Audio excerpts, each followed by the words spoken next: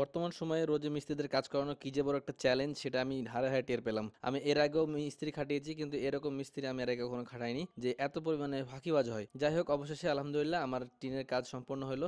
প্রায় 3 দিন কাজ করার পরে টিনের কাজ সম্পন্ন হয়েছে। কিন্তু দুঃখের বিষয় হলো 3 দিনের কাজ করতে 15 দিন লেগেছে। 15 দিন কি জন্য লেগেছে আমি আপনাদেরকে ভিডিওতে বলছি এবং এখানে আমার কত টাকা খরচ হলো সে বিষয়ে আমি আপনাদের কাছে বলবো। আসসালামু আলাইকুম, কেমন আছেন সবাই? আপনাদের দোয়া এবং ভালোবাসা আলহামদুলিল্লাহ আমিও ভালো আছি।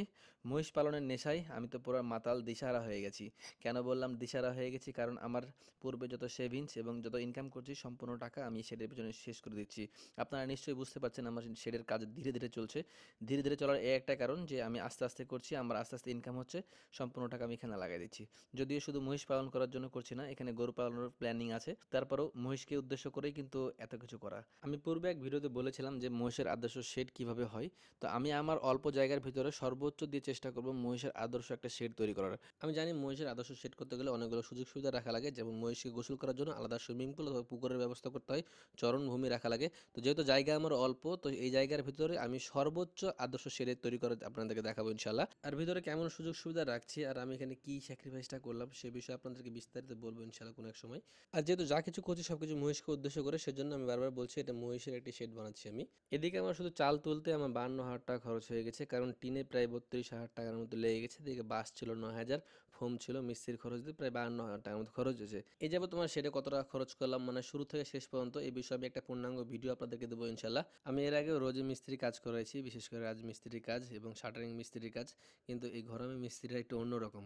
ওনারা আসরের আজান দিয়ে দিলে একটা কাটাও মারে না, এবং যদি মনে করেন যে সকালে আবার 1 ঘন্টা লেটে আসছিল ওই গ্রুপকে সেই জন্য বলাতে বা কিছু কথা কথায় ওনারা কাজ ছেড়ে চলে যায়। তারপরে আমি আর এক গ্রুপকে খুঁজতে খুঁজতে প্রায় আমাদেরকে 1.5 সপ্তাহ পার হয়ে যায়। মানে এদিকে এভাবেই সময়গুলো বেশি কেটে গেছে।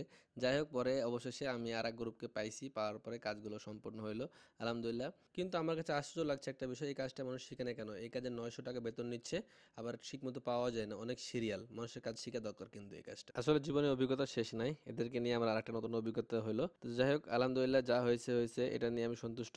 এখন বাকি খরচগুলো কত টাকা হচ্ছে এবং আমার এই যে কাজ বাকি আছে সেই কাজগুলো সম্পর্কে আমি আপনাদেরকে জানাবো। এখন চারি ফ্লোর এবং সাইডের গ্রিল এগুলো বাকি আছে।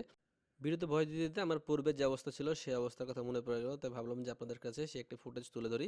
এই যে দেখতে পাচ্ছেন আমার শেড তৈরি করার আগে প্রথম অবস্থাতে আমার যে অবস্থা ছিল সেই অবস্থাটুকু আমি আপনাদের কাছে দেখানোর চেষ্টা করছি। এই দেখেন, মানে রাজমিস্ত্রি যখন কাজ শুরু করি ওপরে বাউন্ডারি দিয়ে তারপরে ভরাট করেছি। মানে অনেক স্মৃতি এর মধ্যে আছে, আস্তে আস্তে করেছি তো আসলে সব কিছু ভুলতে পারছি না, অনেক স্মৃতি আছে পিছনে। এখানে আমি খেলাধুলা করতাম আগে ছোটোবেলায়। তো যাই হোক আমার স্বপ্ন এখন শেড মহিষ খামার। তো আমার এখন যে স্বপ্ন সেটাকে বাস্তবায়ন রূপ দিতে হবে, এটাই হচ্ছে আমার মূল লক্ষ্য এখন। যেহেতু আমার ক্যাশ কম সেহেতু আমার কাজগুলো আস্তে আস্তে হবে এবং আপনাদেরকে আস্তে আস্তে দেখাবো।